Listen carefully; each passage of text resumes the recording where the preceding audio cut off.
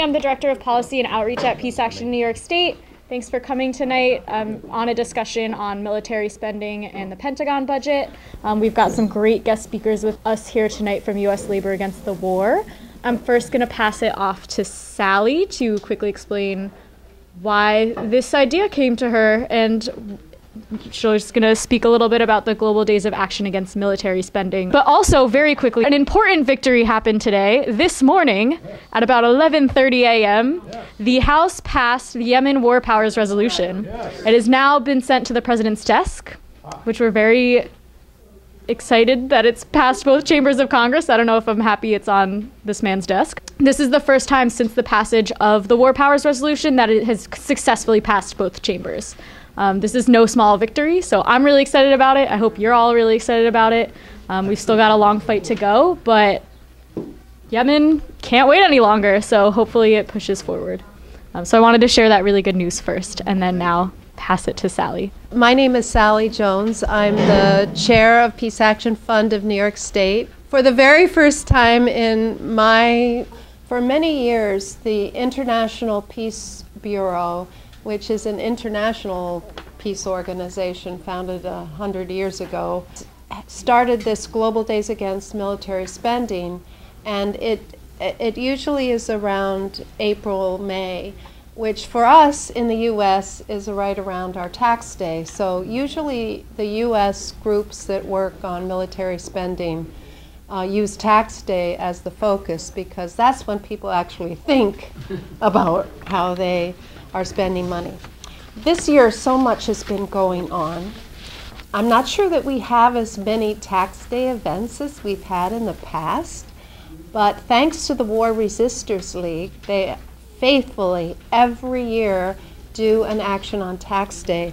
There's another little flyer on the table over there. On Monday, April 15th, from noon to 1, and they're usually short, they're not, you're not going to be there for hours, but right in front of the IRS office there'll be a lot of people. Last year there must have been 30, 40 people, it's on the sidewalk with music and signs and chanting, and it was very lively. So please take one of these flyers and tell your friends and come on down and sing with us. Many different groups are sponsoring this. Code Pink, the Granny Peace Brigade, the Raging Grannies, the Vets, Palestinian Prisoners Solidarity Network, DSA, World Can't Wait, Peace Action, Brooklyn for Peace, the New York Catholic Worker, and of course the War Resisters League. And there's others that I probably missed, like Pax Christi too. So it's sort of a very nice event. And there'll be a workshop afterwards if you're interested in going to this event and want to make a sign for it, or for the Move the Money campaign, whatever. We have the materials to make a sign. And I think some of this, the poster board is pink. I think. So we can do it for Code Pink. All right. And there's another action. Bay Ridge Peace Action is also doing a tax day event in front of the post office, the main post office in Bay Ridge, which is on the email I sent you. But I didn't print it out because, is there anybody from Bay Ridge here who would go to Bay Ridge? I apologize if I didn't print it out. I thought you're more likely to go to the Manhattan one. We will kick it off then first with Michael Zweig, President of the New York City chapter and National Co-Convener of U.S. Labor Against the War, and he's going to be speaking to us on the financial year 2020 Pentagon budget, and I know he, in true professor fashion, has brought handouts for everyone to follow along. I happen to have here, in true professorial fashion, a handout. Does everybody have it? If you don't have it, let me know, because I have copies for all. U.S. Labor Against the War, for those who are not familiar with us, we are an organization of the labor movement. We originated in the run-up to the Iraq War in 2003. thinking that it was very important to build an anti-war presence inside the labor movement and to bring the labor movement into the peace movement, into the anti-war movement, and facilitate that intersection and that interaction. And since the war began and we started growing, one of the first things that we did is we discovered that there were actually workers in Iraq. Imagine that. They weren't just all throwing bombs at each other, this mullah against that mullah, of faiths that you'd never heard of and didn't know anything about. There were actually people there who wanted to build a peaceful society and wanted to have a safe place to work and to make a decent living. And we found out that there were unions there in Iraq and that they had a long history. So we established some connections and ties to the Iraqi labor movement, the details of which, if anybody wants to know, I'll be happy to go into. But the long and the short of it is, and in 2005, we brought a delegation of Iraqi workers, Iraqi trade union leaders to the United States and toured them around to 26 cities. And what we learned there was what the sentiments and what the ideas were of the Iraqi people, the Iraqi working class. And it was really amazing because I'll tell you what they said. They said, what we want, we, the Iraqis, what we want is a peaceful society that's non-sectarian, that's democratic, that has a lively and vibrant and democratic trade union movement which is not sectarian, opposes privatization. We don't want all the national resources of Iraq sold off to the highest bidder or even the lowest bidder on corruption, whatever. And we're opposed to the war and the occupation, they said, because the war and occupation gets in the way of all of that. And it was so interesting that that very same speech could be given in Wisconsin, it could have been given in North Carolina, it could be given here in New York City. What does the labor movement want? What are we fighting for? Decent living, a trade union movement that's free to organize itself and to be free from oppression and free from government interference, but is protected.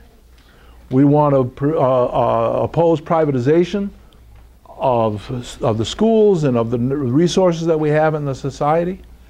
And we're opposed to this war because that war gets in the way of everything we're trying to do. Well, my goodness gracious. Surprise. There you have the basis of international solidarity. It is not charity. It is not, oh, these poor people, we have to do something for them.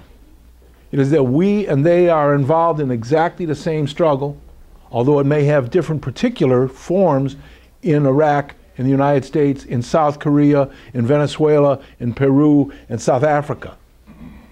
We, as a labor movement in the United States, need to recognize that commonality of interest and work together to try to build a world in which we're free to organize trade unions, where we're free to have a non-sectarian and democratic society, where we know that trade unions are a central feature of any democratic society because that's how the working class gets organized. We know that war gets in the way of all of that. And that's true whether you're in New York City or in South Carolina or in Baghdad. So that is the basis on which U.S. Labor Against the War developed and grew. We now have well over 100 affiliates, locals, like my local, which is an American Federation of Teachers local, Marsh's local, PSC here in New York City for CUNY. I'm out of the SUNY system, where incidentally it turns out that there's peace action chapters on campuses all through the SUNY system. So Emily and I are talking about how we can work together to hook up my union and U.S. Labor Against the War with those campus chapters to build on a common platform, which again is not charity, but which is genuine solidarity and a two-way street.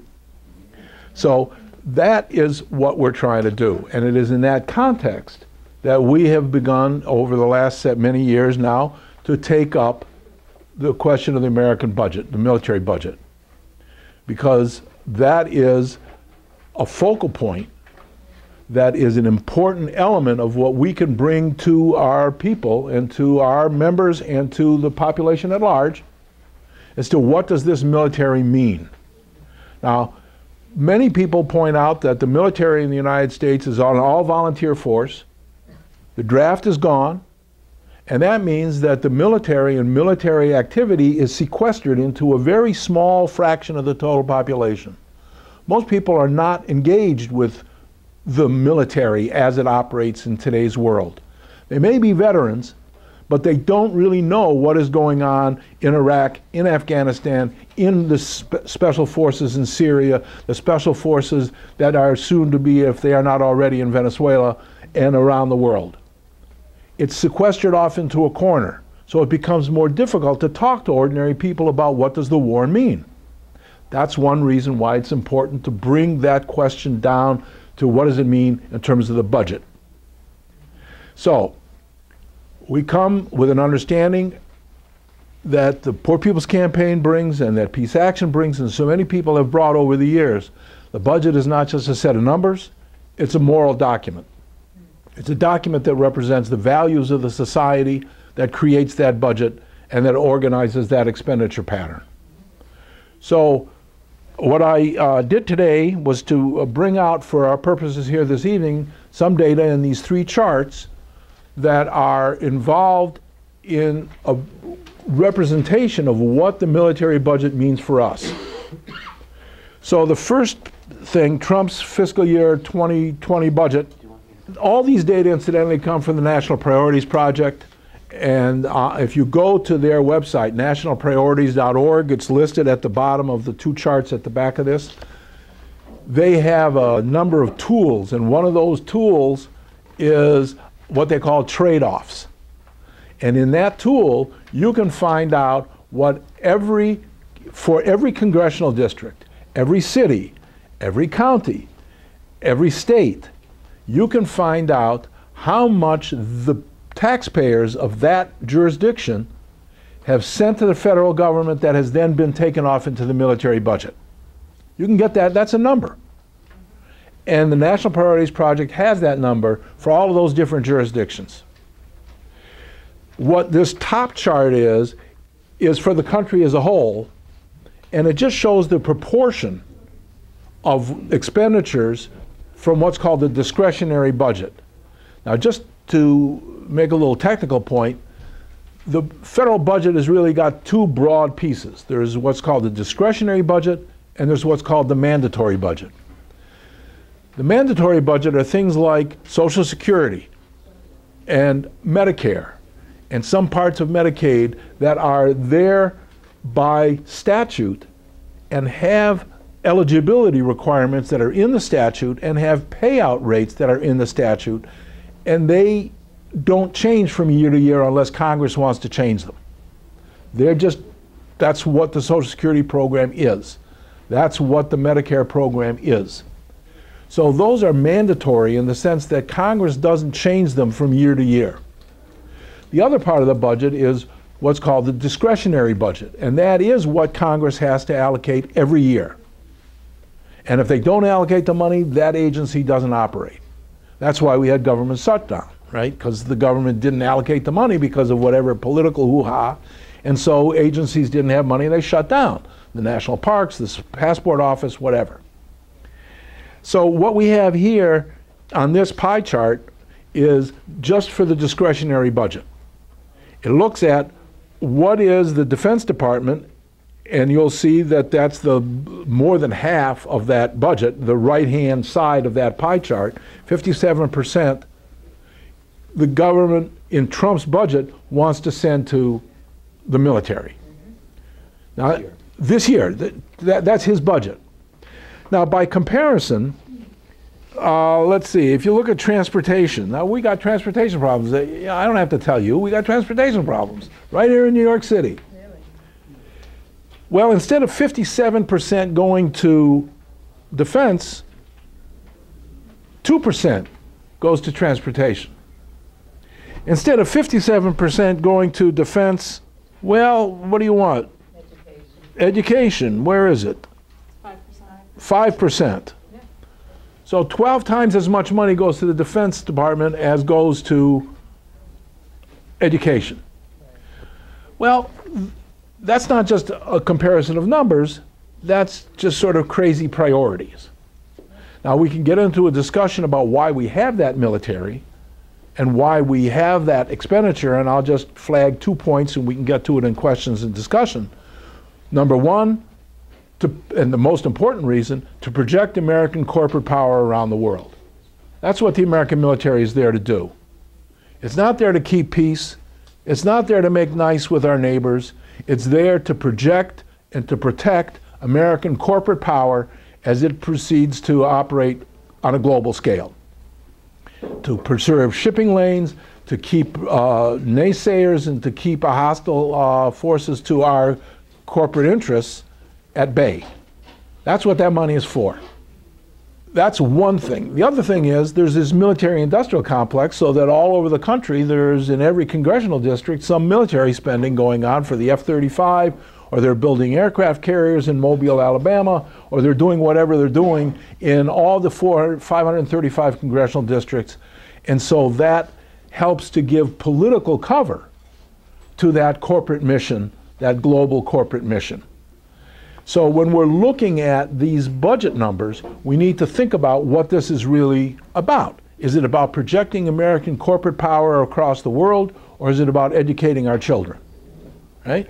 That's what we're talking about here. And I think that when we talk about the military budget and the military in war, it's helpful, or we have found it helpful inside the labor movement, to make these kinds of arguments and bring it down, because that is what everybody experiences. That's in everybody's life, whether they're in the military or they're not in the military. Whether they have somebody who's a child or a grandchild who's off in Iraq or in Okinawa with the Marine Corps. I have a stepson, step-grandson, who's involved in that and is right now shipped out in the Pacific.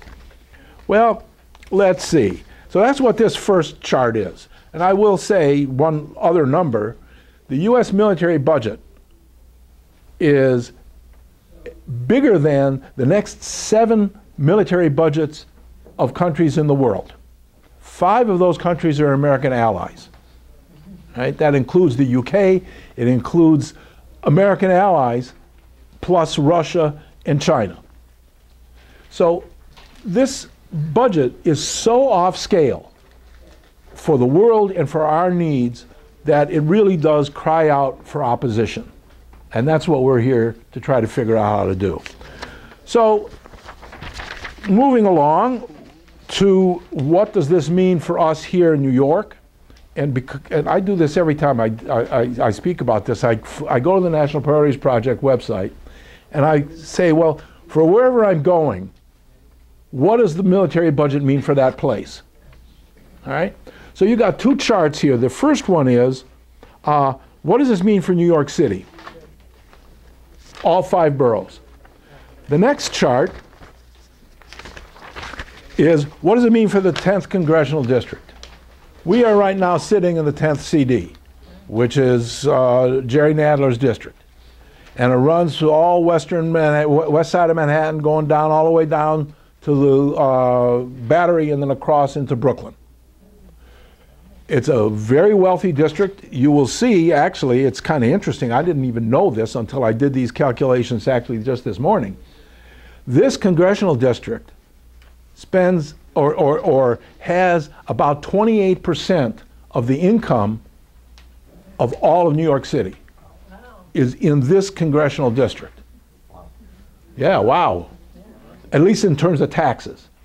The taxpayers in this 10th congressional district pay about 28% of all federal taxes that are paid by residents and businesses in New York City. Pretty wild. Well, think about where you are, right? You're on the Upper West Side. And this goes all the way down to Wall Street. It goes all the way down to Tribeca. It's the West Village. This is, you know, Brooklyn Heights. This is serious people. Where else in Brooklyn? I think Brooklyn Heights, I'm not exactly sure, but they're doing okay. And one piece of evidence of that is this number that I just discovered. So let me walk you through these 2 charts and then I'll be done. So for New York City, in the year 2017, New York City residents paid $25.6 billion in federal taxes that went to military expenditures. Of course, we paid a lot more in taxes than that, but that's just what went to the military, okay? New York City residents paid, in the year 2017, $25.6 billion to the federal government that went to the military. Now, that's of course a lot of money, but there's a lot of zeros in there and nobody really knows what the hell that means. It's beyond me what $26 billion means. But the National Priorities Project, their trade-off website, allows you to do this, which is what I did here. It allows you to say, what would happen if we would take the whole of the military budget and give it back to New York? What could they do with it? Or what could you do with 10% of it?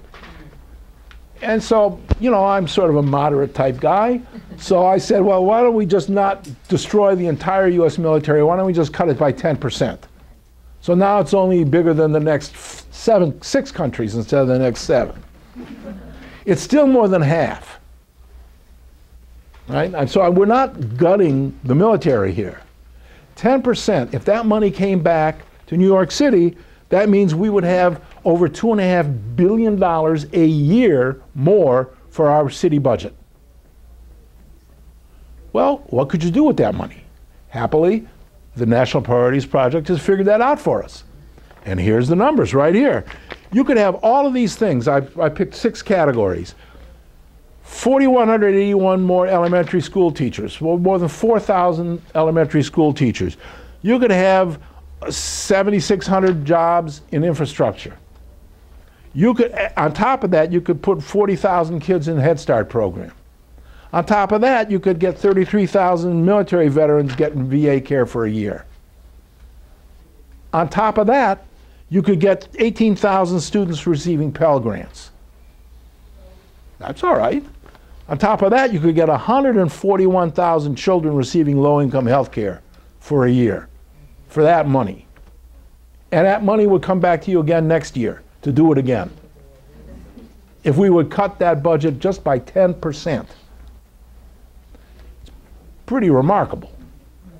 These are numbers that I can understand, right? These are numbers that I can look at and say, 4,100 elementary school teachers? We need more teachers.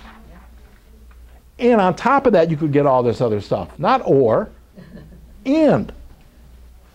So that's for the city of New York. Well, let's go to the 10th CD where we're sitting right now, and here's what you get.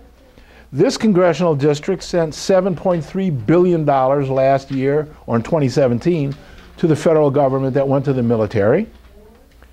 If you take 10% of that, that's about $731 million just for this congressional district. So what could you get for that? Well, here's what you could get for it. And I'm not going to read it all because you can look at it yourself. But it's pretty amazing. This is what it is. Now I want to end with one last observation, which is this question of security. Well, what does it mean to be secure? Are we more secure having another aircraft carrier group in the Pacific, or are we more secure having 4,000 more teachers in New York City? Are we more secure having another Marine Corps division ready to go to war in South America, or are we more secure if we have health care for our people? What gives us more security? The idea that the U.S. military presence in the world makes us secure is a lie. It's exactly the opposite. The way in which the U.S. military operated in Iraq has made us less secure. The way that the U.S. military and the CIA has operated in Central America has made us less secure. They are here because we were there. Right? What Juan Gonzalez calls the harvest of empire. And that comes back to what is this all about? This is all about not just numbers, this is about the projection of American corporate power on a global scale. That's why we need that military to be everywhere. And that is what makes us less secure, although it makes profit makers and Merrill Lynch and General Motors more secure. But that's the difference between them and us. And that's why when we undertake this project, we undertake it with this knowledge. And the concrete manifestation of this project to move the money is the Move the Money campaign, which U.S. Labor Against the War helped to initiate here with Peace Action and with many other organizations that are now part of this larger coalition, Code Pink, Brooklyn for Peace, and on and on and on. And here we are this evening talking about how to build that. And I'll stop with my remarks, and Tom will pick up, Tom Gogan, from U.S. Labor Against the War also, to tell us about the details and the particulars of the Move the Money campaign. Round of applause. Round of applause. As you may have figured out, this is a tough act to follow, but I'll do my best. So Move the Money is actually a fairly old idea. It's happened in other cities that Move the Money resolutions have been brought forward. A few big cities that have done it are Milwaukee, Philadelphia, smaller towns too, or not so small. I think Portland, Maine. Over in New Jersey, we have Montclair. But what hasn't happened in any of those cases, as far as we can tell, is that, and these are all relatively small city councils, just to give you an idea, we have 51 council districts in New York. And I ask you to think of your city council, whether you know who your council person is or not. Most of you do, I imagine. Think of it as our local Congress. It's the political representatives who are closest to our communities. They're supposed to be, in effect, the megaphone for our needs, or the bullhorn even. They certainly have a bully pulpit. And I don't know how many of you have gone to meetings of your local city council people. I can tell you they always, or almost always, will draw a pretty good crowd. People who may not be paying that much attention to national affairs. They want to know what's going on with, with their local city council person and what the local city council person is proposing for their area. And what doesn't get talked about usually is war and peace, foreign policy, the big picture of what our country's national priorities really look like. What does get talked about is fixing, the local schools or the local, potholes, or, improving library services, things like that. But what we are trying to do is change the conversation at the local level for a couple of reasons. The peace movement has spent, in my recent experience, which is about the last 15 years, talking only to our Congress people. And the Congress people about once a year get around to often voting, okay. They'll at least vote not to, in our area, not to increase the budget or not to, for the military, or not that much. None of them are talking about reducing the Pentagon spending. If they've given speeches on the floor of Congress, I'm not sure any of us are aware of it. I put the question out, those of you who have been at it also for a long time. Anyone know about major speeches given by our Congress people on this subject? It's a rarity. Barney Frank. If it happens. Yeah, Barney Frank from Massachusetts, maybe. Even Bernie Sanders, when he ran for president 4 years ago, wouldn't talk about it. Fortunately, and I am so happy, I'm now starting to feel the burn myself, and that he finally is raising the question of military spending. And that is so important. U.S. Labor Against the War approached him 4 years ago and asked him to do it. Wasn't going to happen that time around. But he's built up a big base, and I guess he feels more comfortable. But locally, none of our city council people have been in the habit of talking about this stuff, and in fact, I don't think any of them almost ever talk about it. So we're trying to change that. I started to say that in other cities they've passed resolutions. And the cynical view, which is actually a pretty realistic view, the purpose is not just to get a resolution passed. The resolution that we originally proposed, and by the way, it took a long time to find any city council person who would take this up. And so on that count, I got to give a shout out to Council Member Rodriguez from Washington Heights and Inwood. He was the first to agree to do it. And my estimation is that took some courage. It's not a popular position in the New York City Council to talk about this stuff. What we really wanted, and what we still want, is to get in-depth public hearings on the subject of the military spending's impact on New York City. All the negative impacts on New York. There aren't very many positive ones that I can think of. Maybe none. We had a rally, and there's a flyer over there with the press release from Councilman Rodriguez that describes our rally on the steps of City Hall on February 28th. We had a pretty decent turnout. Peace groups, a veterans group, community groups were out there on the steps. And by the way, that rally will be shown on Brooklyn Cable Access TV next Wednesday, the 10th, and we're hoping to get it shown on Manhattan Neighborhood Network and in the other boroughs as well, at least on cable. So it's a way to get our information out there to more people. So we think that it's very important for the City Council to take a stand against this, I call it runaway military spending. And the stand has to be, we need to reduce it. Now, Mike is a very conservative guy, so he only used the example of 10%. If I had my druthers, I'd be talking more like 40%, and partly because it rounds up to a nice number for New York, which is $10 billion out of that 25.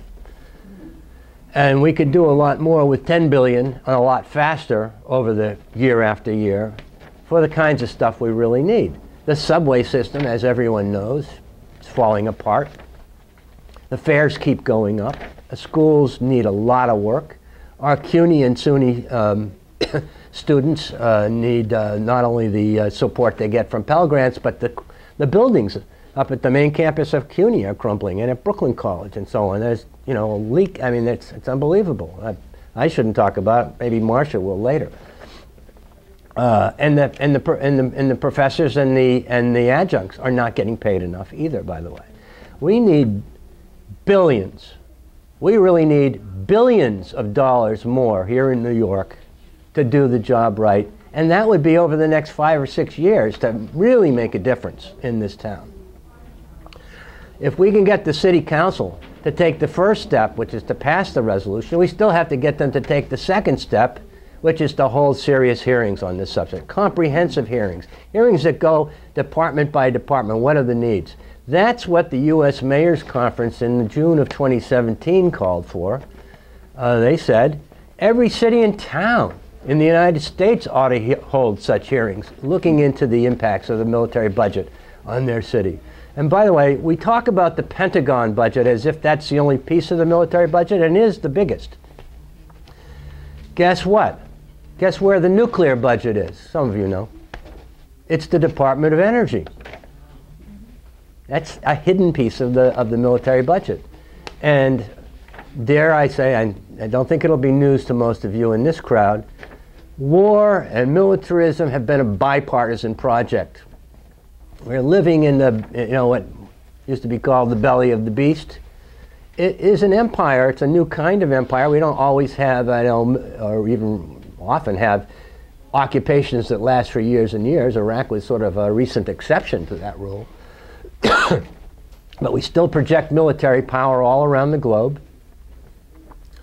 And when I say we, I'm talking about our government. I'm not talking about you and me. Though, of course, our taxes are paying for it.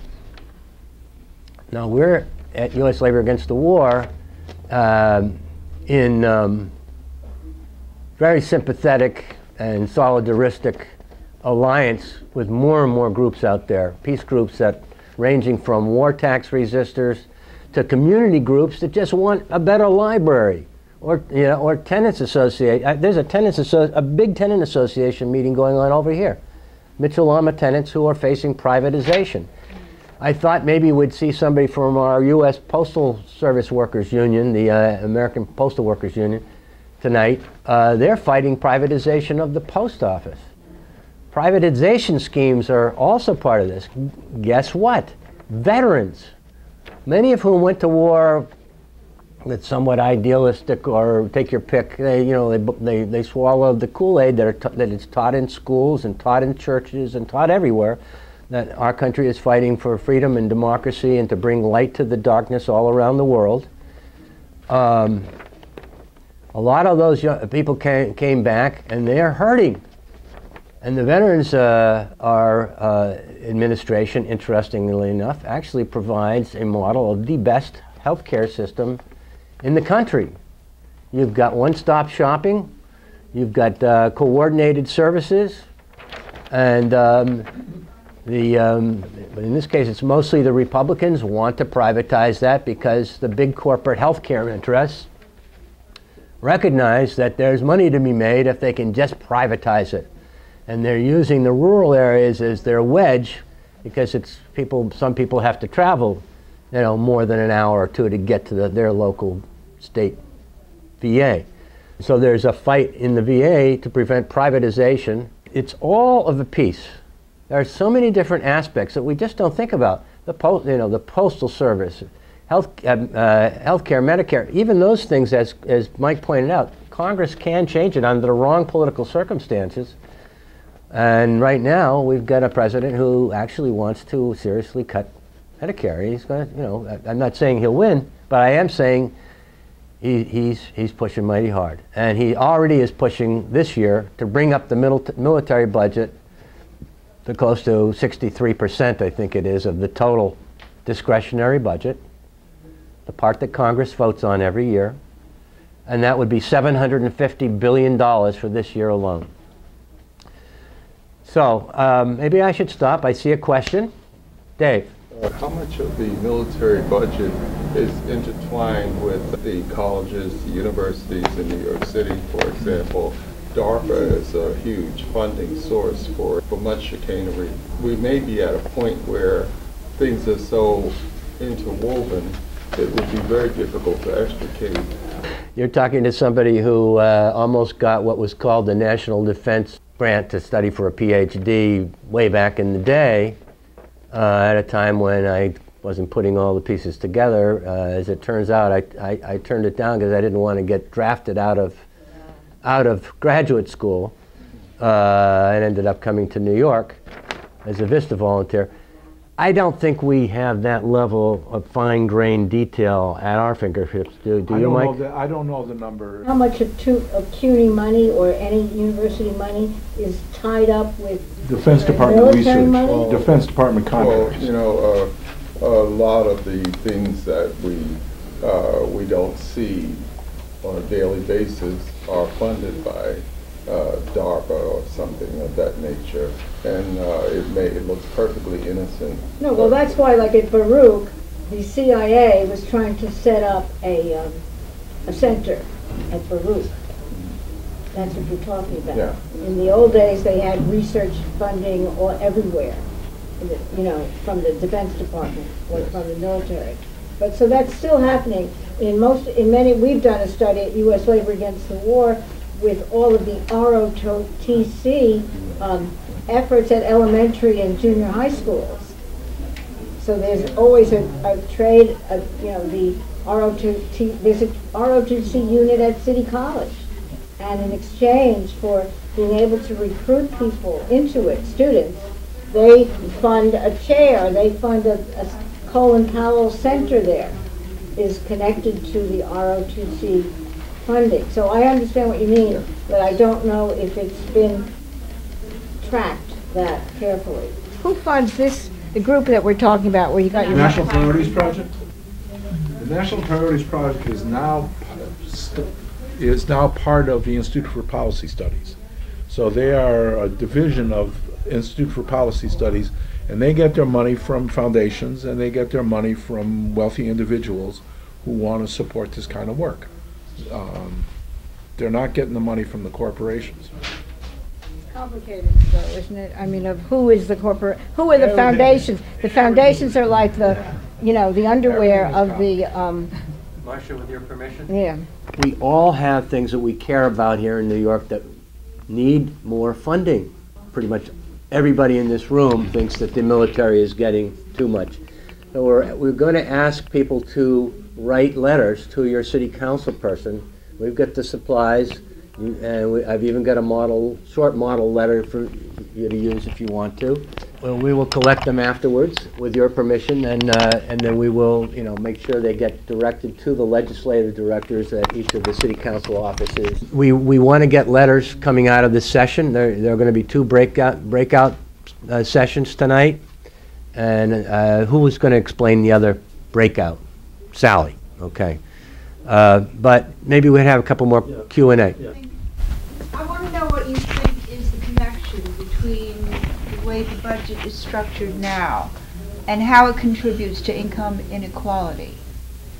Okay, because we want the government to function in the interests of the people, but on the other hand, people don't even have enough money for food. I mean, 1/5 or 1/6 of the people in this country have hunger problems. So I want to know how this budget that we have now contributes to that disparity. Well, in one very straightforward way, you could ask about hunger, where are the food stamps? And how is that program being cut or expanded? Well, it's being cut. Well, how would you expand it? Well, where would the money come from? Well, that's what exactly we're talking about here tonight.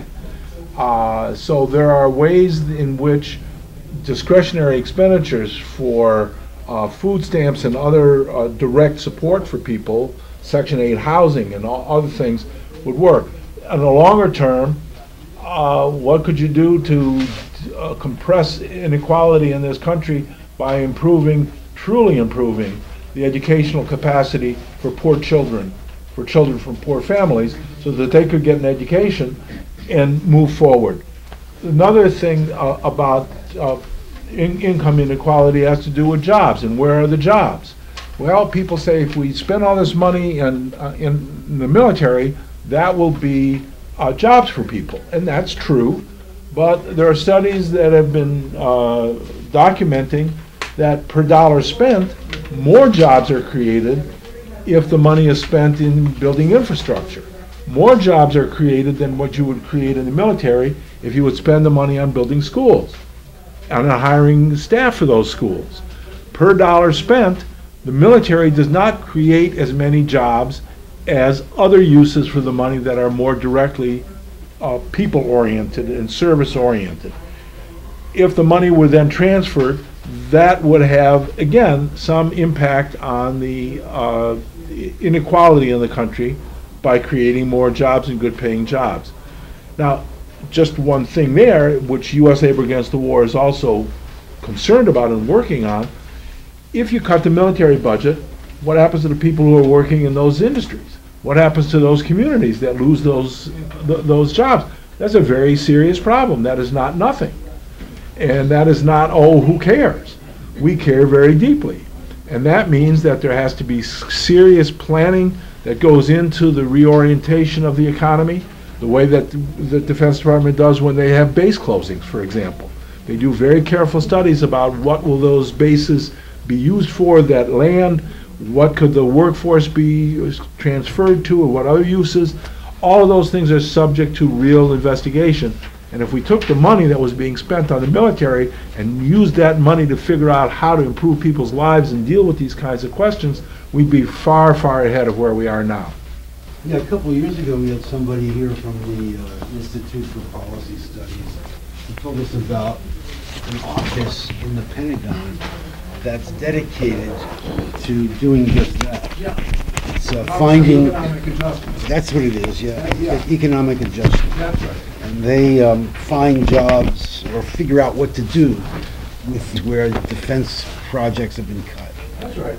And what we are doing in USA Against the War is working with the unions in those facilities in Wisconsin and Oshkosh, in Lima, Ohio, where they're building tanks.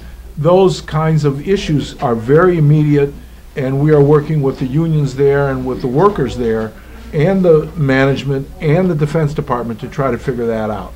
It's at a very primitive stage, I have to say, but it's there, and if there was more resources, it would be better. Only about a third of military spending goes to procurement or R&D, the kind of, weapons, redundant weapons systems, but you've got, I think it was 25% that goes to military personnel costs, and then 40% that goes to operations and maintenance, which I assume means everything from the light bill to the plumbers that fix the toilets, and so there's huge amounts of money that if we reduced or drastically military spending, those workers would come back into the labor pool, and what are we going to do with them? And if we learned anything, unless the Democrats have such majorities, reductions in military spending might lead to more tax cuts for the wealthy. So there's a real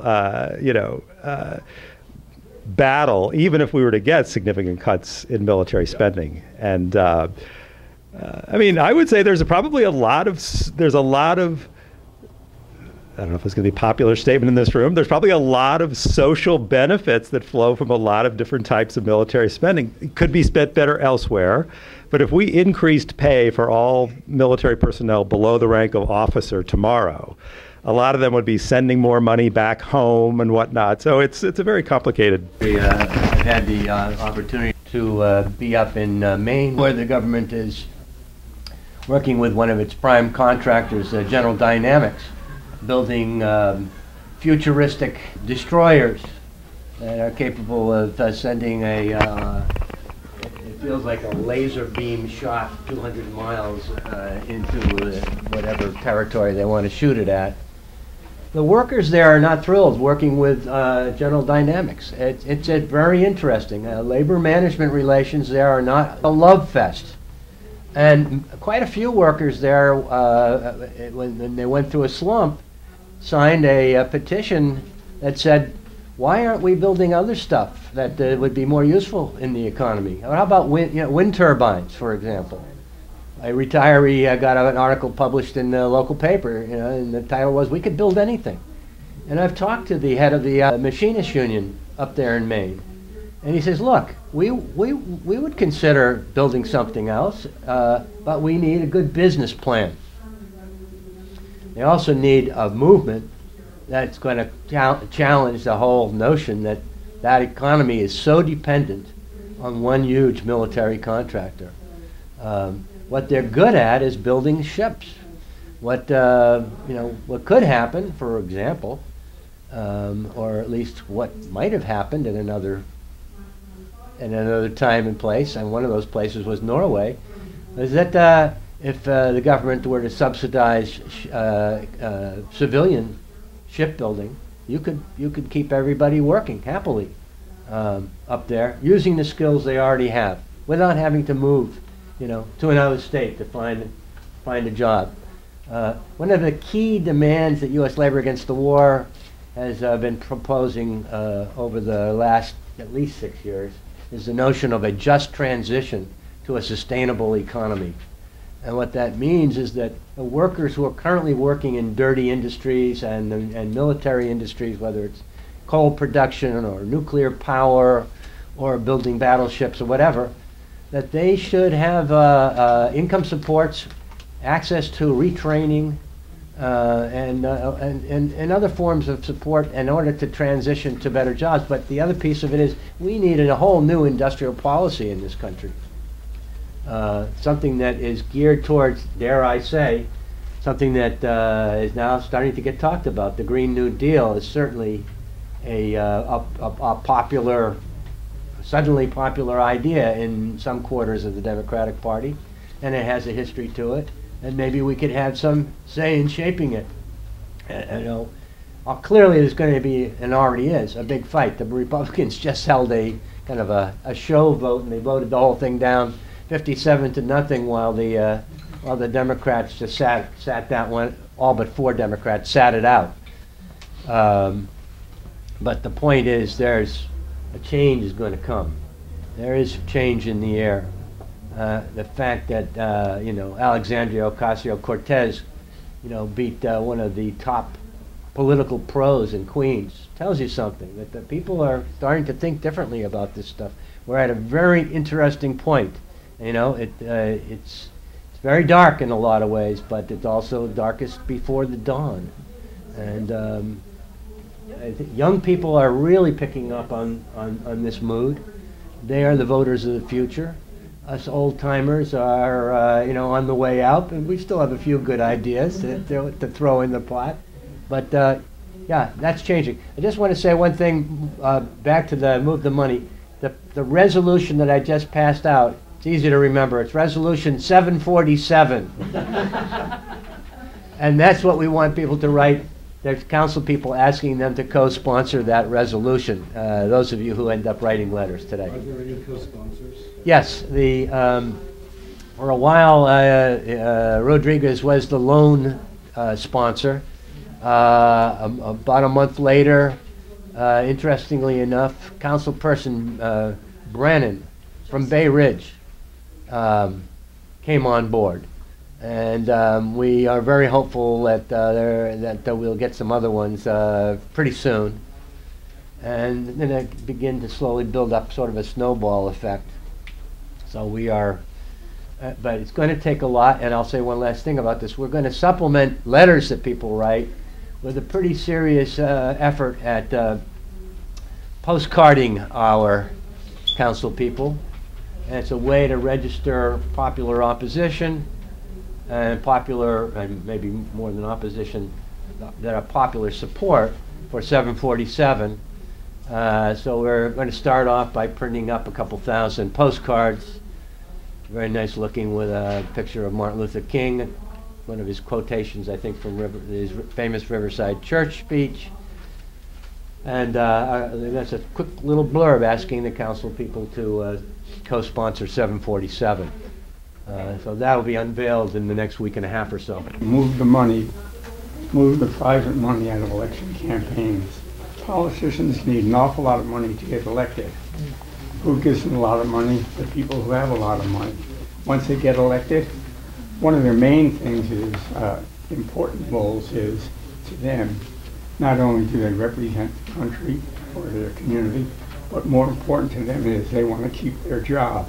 In order to keep their job, they have to please the money who hired them. In other words, they have to sell their soul to get elected to the people who have the money, and then once they're in office, they have to maintain that relationship. How is our money best spent to make our lives more secure? And that is this question of, is it another battle group or is it another school? That's something that's very close to home. How do you make the equation that having another school will stop blah blah from attacking you or making you? Can I offer another answer? 80%, I believe, is the new number of Americans believe that our endless wars have not achieved anything. That's a darn good starting point for that conversation. With 800 military installations girdling the planet, that doesn't seem to have helped us much, if at all. And in fact, there's a really good argument, and this amazingly is a CIA term. They invented the term blowback, and we're living right in the heart of some of that blowback. So it's a complicated, in one way it's a complicated discussion, because you're right.